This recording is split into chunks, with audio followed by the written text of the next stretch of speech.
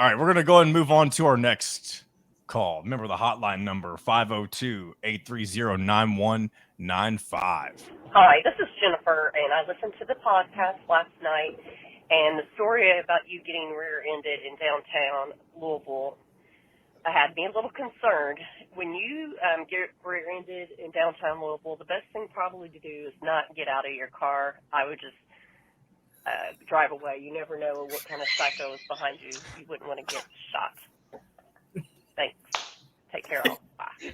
Oh, man, I love the bluntness. I love it. I love it, too. She's looking out for your safety.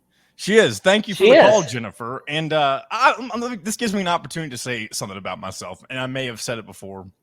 I don't know. I talk about myself a lot. Maybe I'm too egotistical. Who knows? Yeah, definitely. But I'm a very naive human being. And so if anybody's going to get out in the middle of a place that they're not supposed to be and not realize that it might be more dangerous than it actually is, it's going to be me. And I was concerned about the vehicle.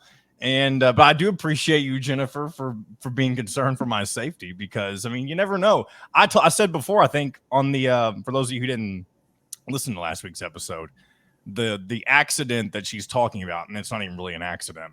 I was pulling out after doing the Louisville football postgame show at work, and it was about 12:30 at night.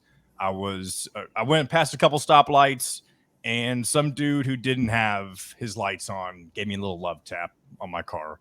And I pulled over to the side, got out, and he just sped right off. And thankfully, there was no damage to the car, but that's what happened. I don't know. Maybe I should have driven away. What are your all's thoughts? I would have gotten out. Yeah, I would have got out for sure. There you go. I don't know why. You don't know what because you got to check the damage. I don't know. I don't want to be the person in trouble for a hit and run. You know what I mean? Like, maybe if after that person drove away, I'd probably just get back in the car and drive away.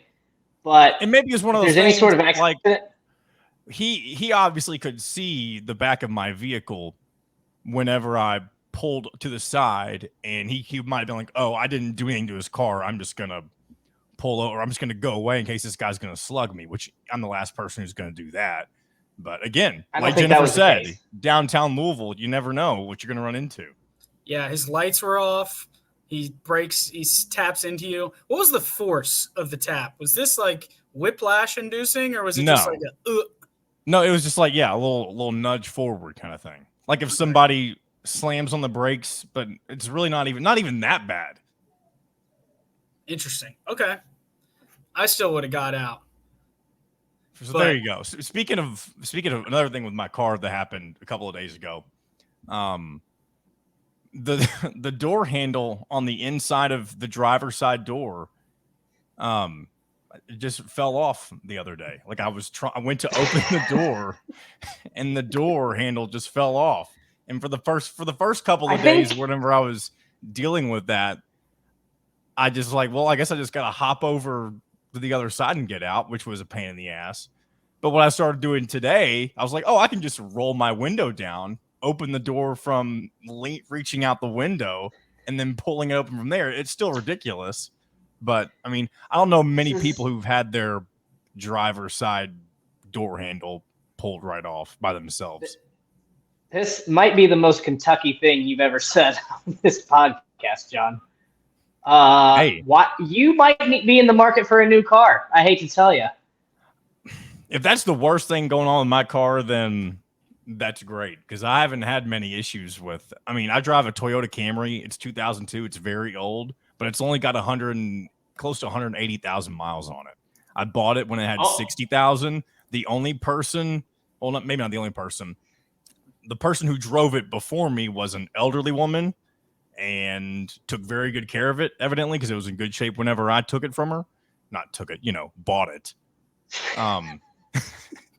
But it's had very little issues over the years. So other than I guess the inside handle fell off, because she was trying to hold the door closed as you were trying to open it and yank her out of there to steal the car. I was like, give me the car. Yeah. Give me the car. 20 years later, the handle falls off. Yeah, She didn't She didn't have a very strong grip, just enough to loosen it there. Yeah. That car's pretty sweet. What color is your 2002 Toyota Camry? What color do you think it is? There's not like an obvious answer to it. I just feel like they all look the same. Tan. It's silver. Dang. But see, like I would have thought that that's a good guess. I'll just say that was a good guess. I'm looking at them right now. Do you have the old school radio in there too with the cassette tape? It does have a cassette tape, and I used to use that as like, so you can in AutoZone and other places, you can buy little cassette things with cords that essentially, just let you plug into your phone, which is pretty cool. I don't use that anymore. I have one of those little Bluetooth radio things where it finds unused radio stations and it just connects your phone to that. And essentially, if somebody was driving next to you and tuned to that exact same radio station, they would hear the same thing you're hearing, which is kind of interesting. I've never experienced that, but it's kind of cool to think about. Could you change somebody else's radio doing that? Because that would be incredible. No, you can't change it. You can only take channels that just have static on them.